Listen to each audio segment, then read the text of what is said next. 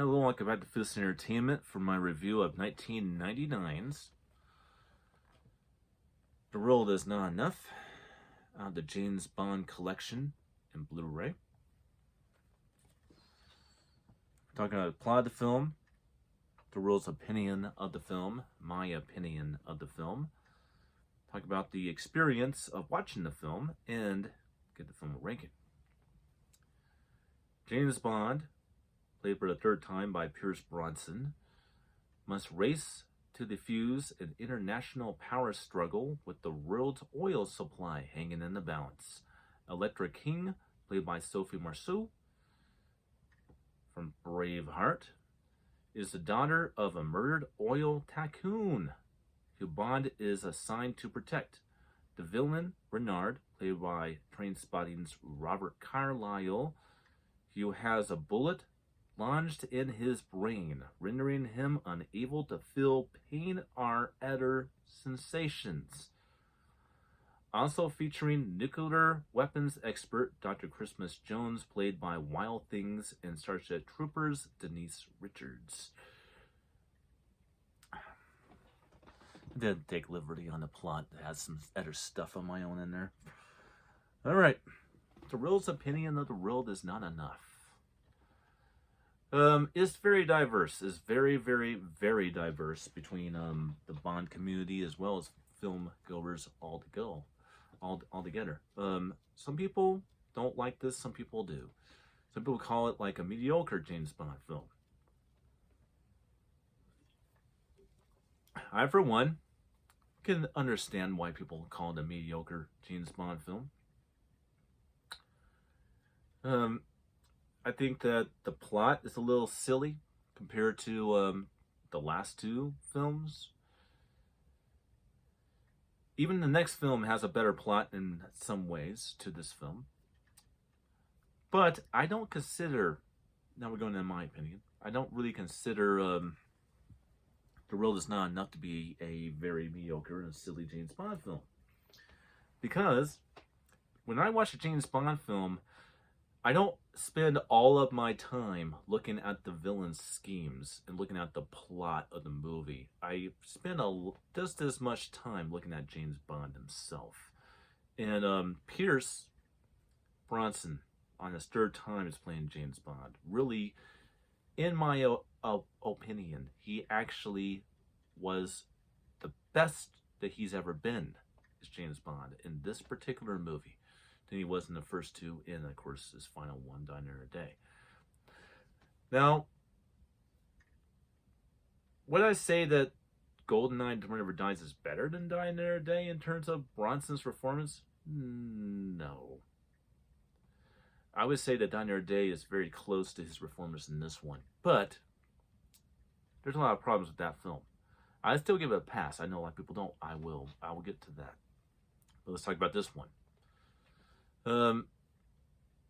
I feel that darker, more realistic tone that's more Fleming Bond is just as relevant in this movie as it was in the last film, but with a lot less joking around and a lot less fortuitousness. You see, what makes The World's Not Enough more comedic and more Roger Moore-ic is not James Bond, per se. It's really everything else. In a lot of ways, I would say that Renard kind of represents like a modern Jaws or something like along those lines. With a character, can't feel anything. So if you punch him, you shoot him, you stab him, he's going to keep coming after you because he doesn't feel anything. And he has superhuman strength and stuff like that, which makes it very interesting and formidable opponent to Bond. This film is unique, though, in the fact that the main villain is revealed to be the main Bond girl. I mean, that's the first time that's actually happened. Sophie Marceau's version, her character of Electra King is actually the villain of the movie. Renard's actually the henchman, which I thought was very interesting to actually make the main Bond woman of the film is actually the villain. It is actually the first time we've had a main villain that's a female. I thought that was very, very interesting. And again, another thing that makes me like this movie the main Bond chick's a freaking villain. I mean, she's the main villain. Renard, which we think is the main villain, isn't? He's the henchman. And what a perfect cast for this movie. I mean, really, think about it. You got Sophie Marceau. You have Robert Carlyle. I mean, come on. You really can't go wrong with that. I mean, Robert Carlyle. I mean, just take a look at this category. You got The Beach with Leonardo DiCaprio. You got Train Spotting, T2 Train Spotting. You got 28 Weeks Later. You got Blanket and McLean. The Full Monty. Take a look at Sophie Marceau.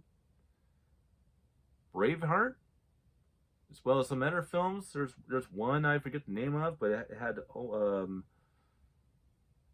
Wilson's elder brother. What's his name? I forget his name. But yeah, just a great cast in this film. Denise Richards. I mean, yeah, come on. Maybe it's the name of the Eder Bond chick, Christmas Jones, that makes people think too Roger Moorish of it. It's like, oh, and now we're going back to silly names of bringing sexuality into naming the characters. Maybe that's why people thought it was too Roger Moore with this film. I still don't get it. All right, the experience of the film, the audio and video. Very, very, very good. Unfortunately, when it comes to the sound design of the film, there is one little issue I have. It tends to fall flat at exciting sequences of the film with the DTS HDM master audio. Sound presentation is not nearly as dramatic as GoldenEye in Tomorrow Never Dies. So that is one little flaw. It's still a very good sound presentation, and it definitely does give you that good cinema experience, but compared to the last two films, GoldenEye and Tomorrow Never Dies, it's definitely a little flat. Get the film ranking. You're gonna hate me. You're really gonna hate me on this, but I'm getting this film a 4-star ranking. I know. Well, why are you giving it a 4-star ranking, Foos? The world has spoken. We have mixed feelings about this film. Well, I don't care. That's your opinion. You have mixed feelings about this film.